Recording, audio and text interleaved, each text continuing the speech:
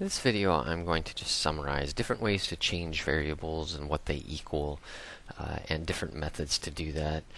Because, I don't know, it's just nice to know here are the different ways that variables change in a program. And I've already have a predefined list here, and I'm just going to cover each one. So before I can manipulate a variable, I obviously need to create one. And so I'll stick with integers for this video. But remember, I can create an integer x, and now to declare it, that's all I need to do. That's it. That declares a variable. I declared it and made room for it.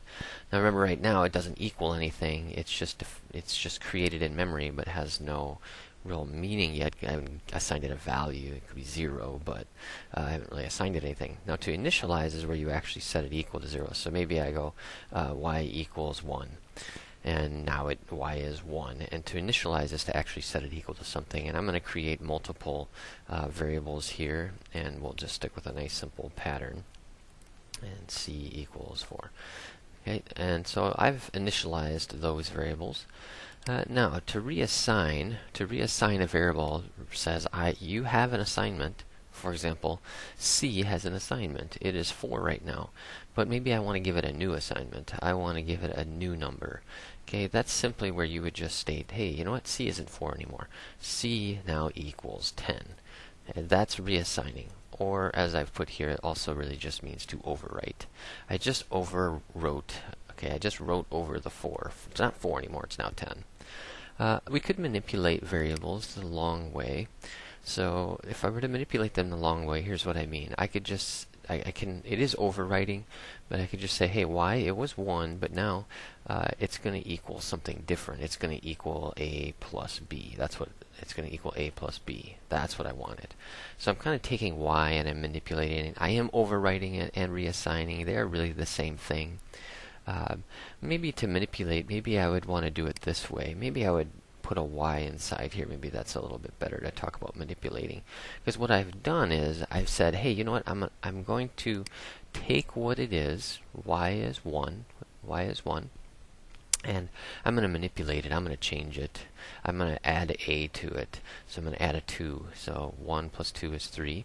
Plus b, so that's 6. So y is now 6. So I'm just going to keep track of what these are. So here on this line, I made c equal to 10.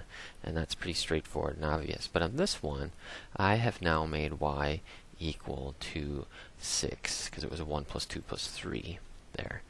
Alright, now another way to change a variable is to manipulate it using a compound operator. And so that just kind of shortens things up. So remember, if I were to go b equals b plus 5. Okay, remember that just says add 5 to b and make it a new number. But compound operators shorten it up a little bit. It says we're going to go with plus equals 5, and that means the exact same thing.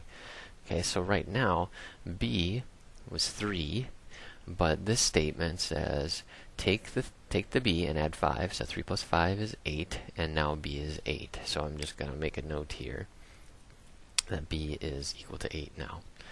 Okay, and then we can increment. Remember, increment is where you simply just add 1.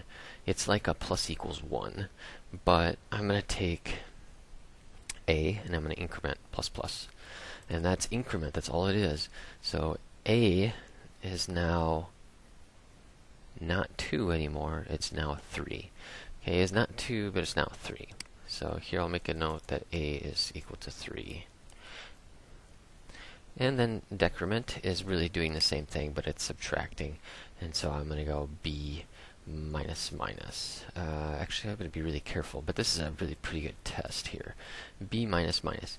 Okay, so if I were to look back up at my code on the top, I would think that b is 3, but be very careful it is not 3, because we had manipulated it right down here with the compound operator, and we need to keep track of the fact that b is actually 8 in my program.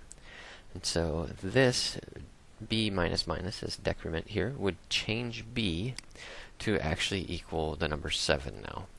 So if we have everything right in our program, and I would want to test this real quick, I'm going to add a bunch of output statements just to see what these variables are. Now we'll check to see what x is here, and I'll print that out and see that there is an issue, but I'm going to print all each line, and then we'll just talk about each one here.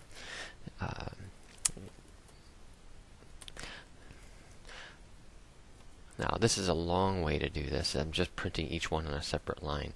There are other ways to format this, actually probably quicker, but I'd like this just to be linear thinking at this point, and just so we can go right down the line and take a look at all these. So I see here that this printing x has kind of a warning error attached to it. It says variable x might not have been initialized. Well, that definitely has not been initialized. Remember, initializing is where we set it equal to something. And so if I try to run this program here, I do get an error down here because it doesn't know what to do. It says I made it, but you never told me what to define it as. So to fix that problem in my program, maybe I will just manipulate it here so we can test our logic again. X equals, actually I'll go times equals. Let's go, well, it's going to get me an error because x is not defined yet. So we're going to just have to set x equal to a times b. We'll just do it that way. Okay, so now I'll have no error because x is now equal to a times b. But again, it's not 2 times 3. It's not going to be 6. We have to remember that b in our program is currently 7. And a has never been changed here. So a is still 2. So this should be 14. So if we've done this all right, now we're going to have x equals 14 with no errors. I will add my comment here now. All right. So now I have no errors. And if this is correct, if I've gotten everything right here, we've got these numbers 14, y is 6, so 14, 6, 2, 8, oh, sorry, 7, b is 7, and c is 10. So I'll run this real quick and see what we have. And it looks like my math was off there. I've got 21. So let's go back, as every program would have to do. We would need to kind of follow through and debug what we just did. And so it's telling me that x is 21. So maybe you caught my error as I worked through it. Okay, it's a times b. And so a, go back and discover what a is here. And I caught my mistake, and this is very important to learn as a programmer, is when you make mistakes, and to actually be smart enough to know that you did make a mistake, is that I made a mistake right here on this line, and maybe throughout my video you were trying to wonder, what on earth did he just do? You know, he said z equal to 3. Well, yep, that's an error. We need to fix that. So we need to debug ourselves, if you will, and find out that a was actually 3. So when I calculated the x, everything was off. So the x is a is 3, there it is. Z is not 3, a is 3. By the way, there was no z. If you're wondering why I never got an error when I typed z equals 3, it's because it was in a comment, and remember, that stuff all gets ignored. So a is 3, and b, remember we had tracked it here, b is 7. So 3 times 7 is 21. There's our answer, 21. So there's a lot of stuff, just how to change variables, how to work with variables, warning signs that you don't make mistakes along the way, and warning signs that you realize that variables are getting changed as you work through this code.